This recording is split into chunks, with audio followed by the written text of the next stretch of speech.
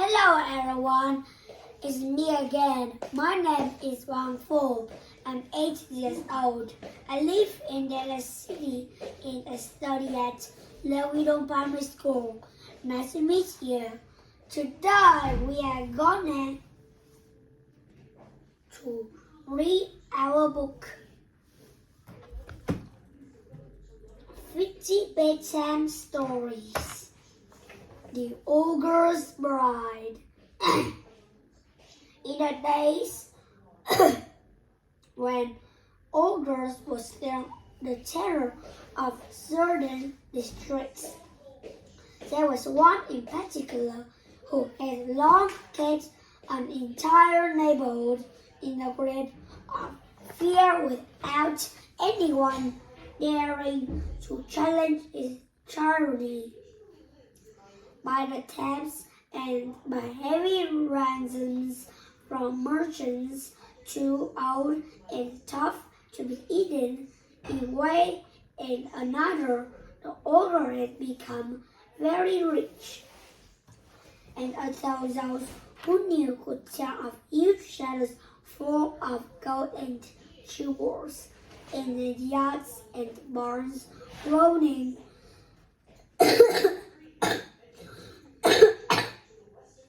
with the weight of stolen goods, the richer he grew, the more anxious and greedy he became.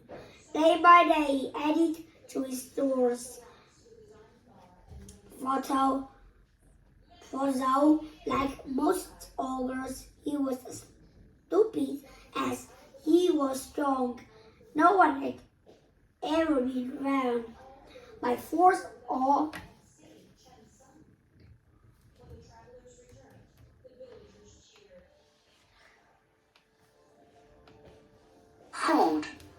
fraud.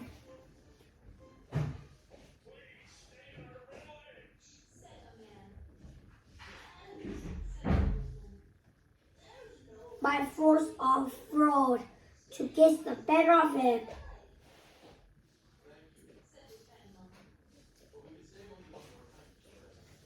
What he took from the people was not the heaviest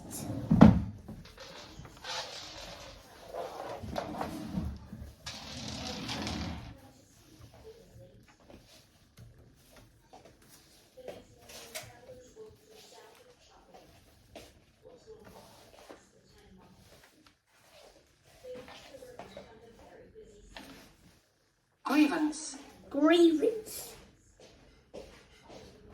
The heaviest grievance, even to be killed and eaten by him, was not what they feared most. A man can die but once, and if he is a sailor, a shark may eat him, which is not so much better than being devoured by an ogre. No, that was not the worst. The worst was that he would keep getting married, and as he liked little wives, all the short women, they would feel red, and as his wife always died very soon, he was constantly courting fresh ones. Some said he ate his wives, some said he tormented them, and others that he only worked them to death. Everybody knew it, and yet there was not a father who dared refuse his daughter if she were asked for. The ogre only cared for two things in a woman. He liked her to be little and a good housewife. Now it was when the ogre had just lost his 24th wife within the memory of man, that these two qualities were joined in the daughter of a certain poor farmer. He was so poor that he could not afford properly to give his daughter a rollie on a marriage, and so he had remained single. Everybody felt sure that managing Molly must now be married to the ogre. The ogres dressed themselves till they looked like maples, and said, "Poor thing!" Poor housekeepers.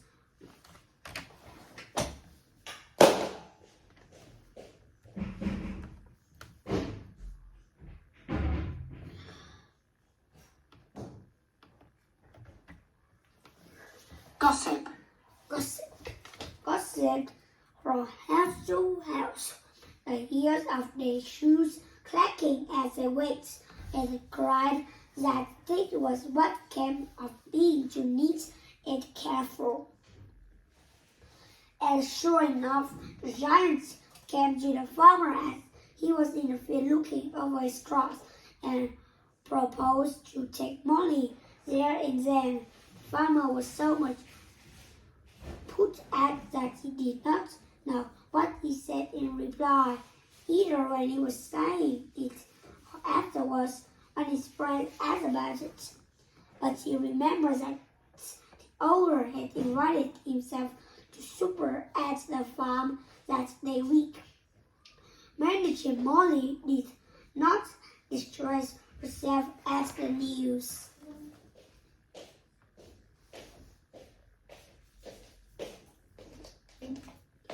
So, what I bid you, and say as I say,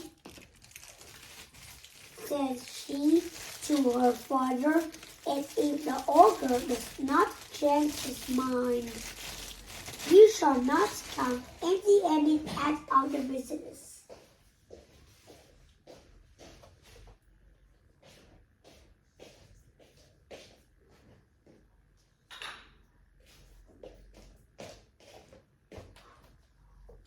By his daughter's desire, the farmer now procured a large number of hares and a bottle of white wine, which impresses completely and tied his slender money box. And on the day of the ogre's visit, she made a delicious and savory stew with the hares, the biggest pickling too, and the wine bottle was set on a bench near the table.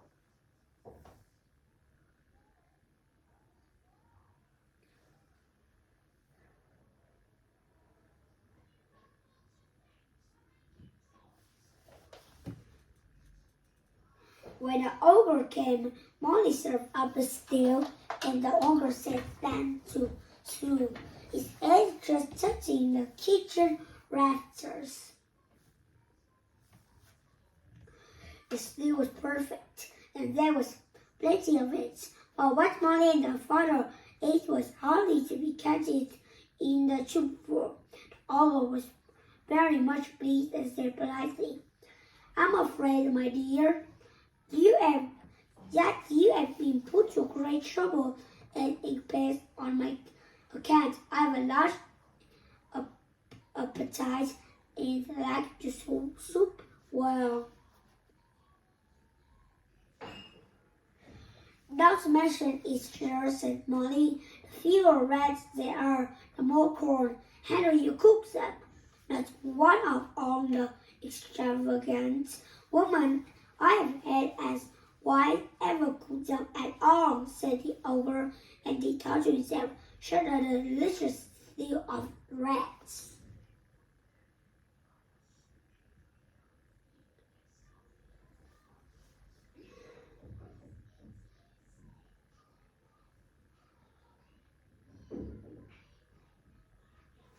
What?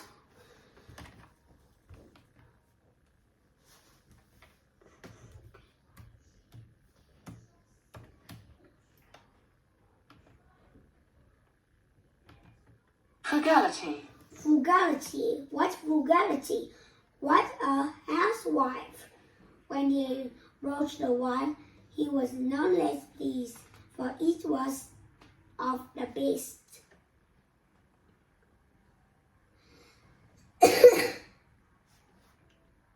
"This must have cost you a great deal, neighbor," said he, winking to the farmer as Molly left the room.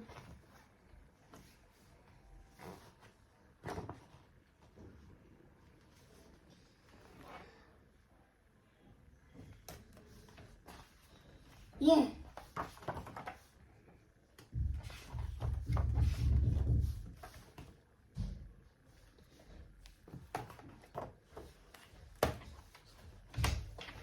Look, this is the ogres.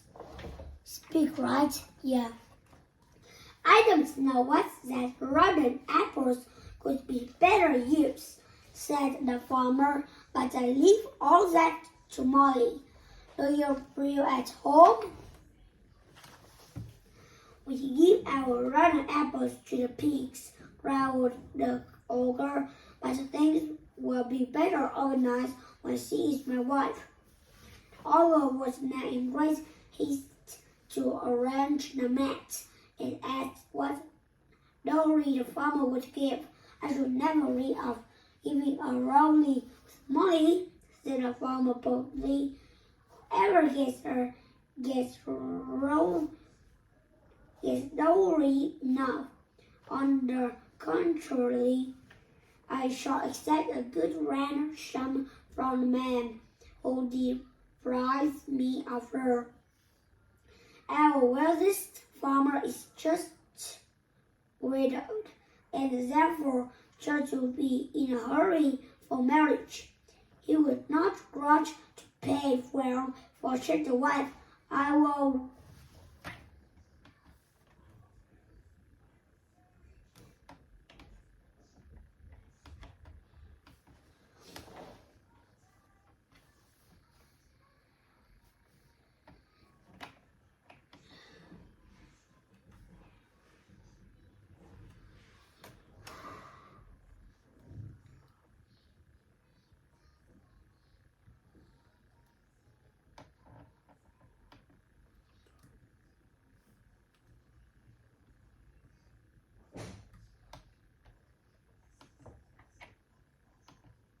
Warrant, officer. warrant. I will warrant, and no charm myself, said the ogre, who was anxious to secure his thrifty bride at any price.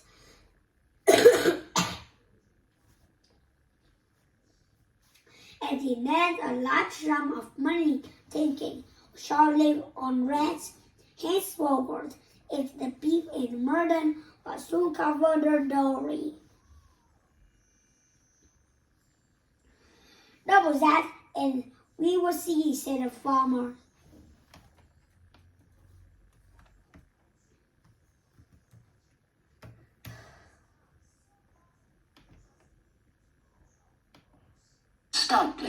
Stoutly. But the ogre became angry and cried, what are you thinking of, man? Who is to stop me carrying the last of with the leaf or by the leaf dowry or none? And little you know her, said the farmer. She is so firm that she would be cut to pieces sooner than give you any benefit of a thrift, unless you dealt fairly in the matter. Well, well, said the ogre, let us meet each other. And he named a sum larger than he at first proposed, and less than the farmer had asked. The farmer agreed to. Yes, it was enough to make him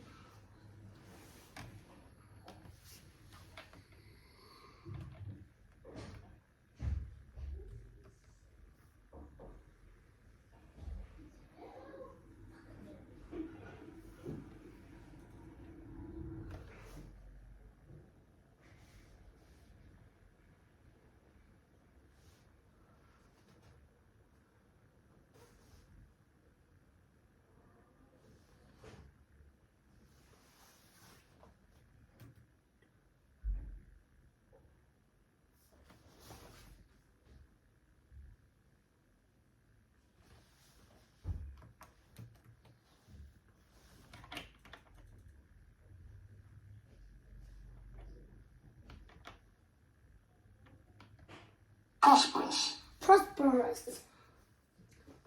Prosperous.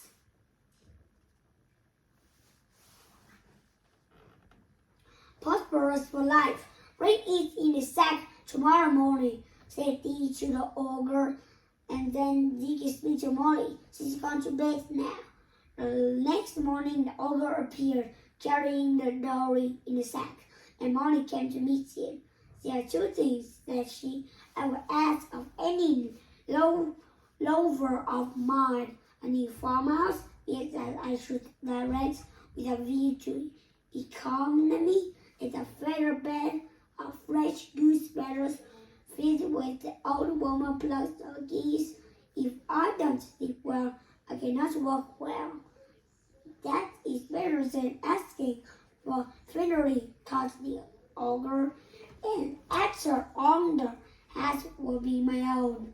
So to save the expense of labor, he built it himself. It worked hard day after day under Molly's orders till winter came, then it was finished.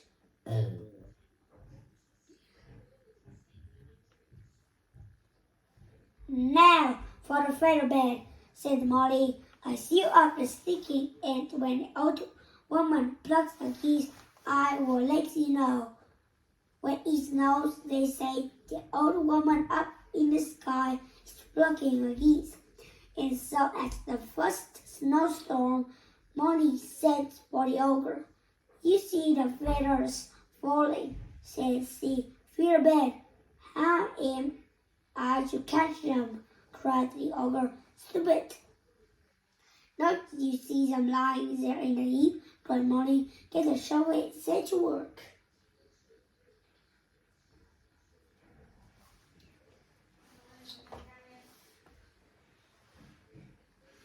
The ogre carried a shovelful of snow to the bed, but as he made it as fast as he put in, his labor never seemed done. Towards night the room got so cold that the snow could not melt, and the bed was soon filled. Molly hastily covered it with sheets and blankets and said, pray rest here tonight. Tell me if the bed does not comfort itself. Tomorrow we will be married. So the tired ogre lay down on the bed, and he had feared, but do what he would, he could not get warm.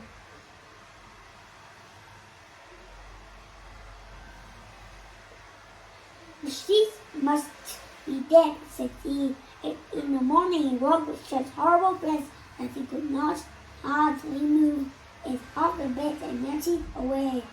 It's no use, he groaned. She's a very managing woman, but to sleep on such a bed would be the death of me. And he went off as quickly as he could before Molly could call upon him to be married, for she was so managing that he was afraid of her already.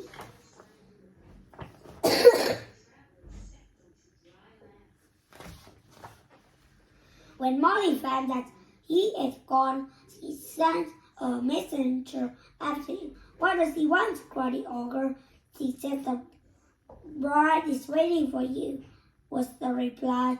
Tell him I am too ill to be married, said the ogre. But the messenger soon returned. He said she wants to know what he will give her to make up for disappointment. She's got the dowry at the farm and a feather bed, groaned the ogre. What more does she want? She says you have pressed a feather bed flat, and she wants small goose feathers. These are geese enough in the yard, said the ogre. Let the farmer ride them all. The farmer, however, had that order, lost no time in taking his leave, and as he passed through a yard, he rode home as fine as a flock of geese as he would ever see. He said that the ogre never recovered from the effects of sleeping on the old woman's goose feathers, and was less powerful than before. As for Molly being now well, no word She had no lack of offers of marriage and was soon wed to a countess. Goodbye.